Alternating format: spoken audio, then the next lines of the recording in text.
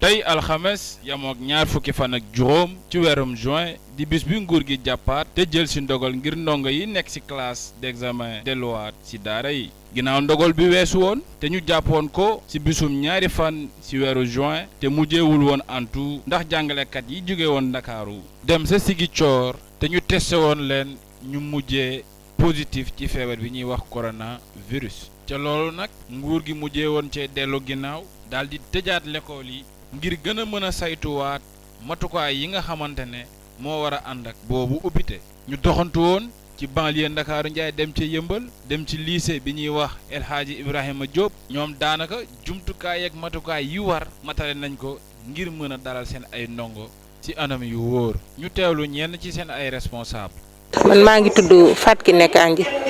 nekk présidente APE en même temps nekk présidente bàjjenu gox district Yëmbal bàjjenu gox yi ñun dañuy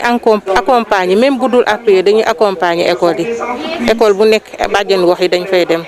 man sama taxawaay fii moo doon xool ba xam ndax lépp mat na waaye vraiment gis nañ ni lépp mat na moo tax suñu xel dal na. Le fait que ba ñuy ñëwee jël nañ ay gel am na ay précautions yu ñuy indi et aussi loolu baax na et joxe nañ ñu ay masque jox nañ ñu lépp. disposition yi moom wax dëgg yàlla macha allah parce que li si war yëpp moom def nañ ko moom. waaw ñu ngi sant yàlla rentrée bi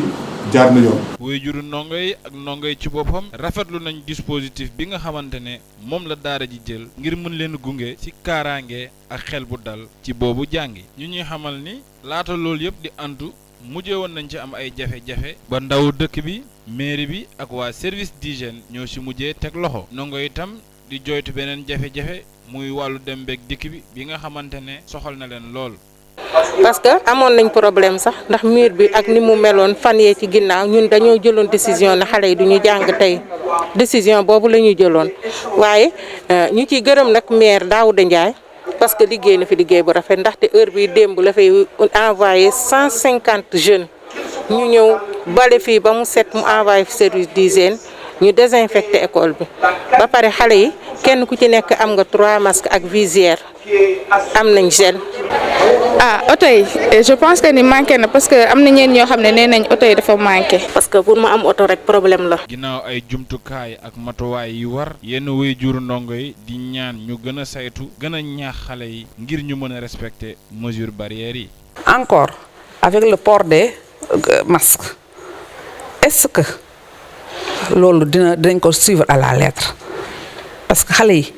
pour ñu nga éviter leen ñuy bañ di am contact bu ñu génnee récréation xale yi dinañ jegente xale yi dinañ waxtaan xale yi dinañ fo. ginnaaw werante beeg sikki sàkk bi ndax daara yi dinañ mën a matale jël disposition yi war tey jii nag mën nañ déglu ne waajuru ndongo yi ak ndongo yi ci boppam ñooy defal seen bopp seen. waaye heureusement bi ñu ñëwee fekk nañ lépp mat macha allah fii ci lycée El Hadji Ibrahima Diop de Yëmbal. donc je pense que ni tey ouverture bi suñu école moom joxe nañ lépp loo xam ne moom moo si war. li ñu mën a jàngat nag ci lycée El Hadji Ibrahima Diop bu Yëmbal daanaka moom rek ci daara yi fi nekk. moom moo am yenn matuwaay yi bi ñu doxantoo xool yenn école privée yi yu ci mel ni école privée Seydi Jamil ñoom ñu ngi doon ñaxtu ne nguur gi joxu leen jumtukaay yi war jàppalewu leen it jàppale bi war waaye ci seen doole bopp jël nañ seen ay ndongo teg leen ci condition yu war yi tax ñu war a mën a jàng ak xel mu dal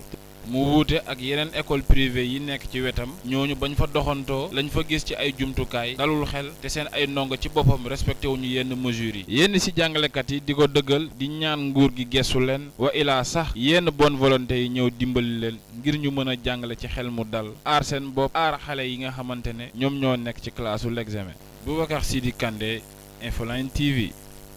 donc na kii état bi gën a jël ay mesures.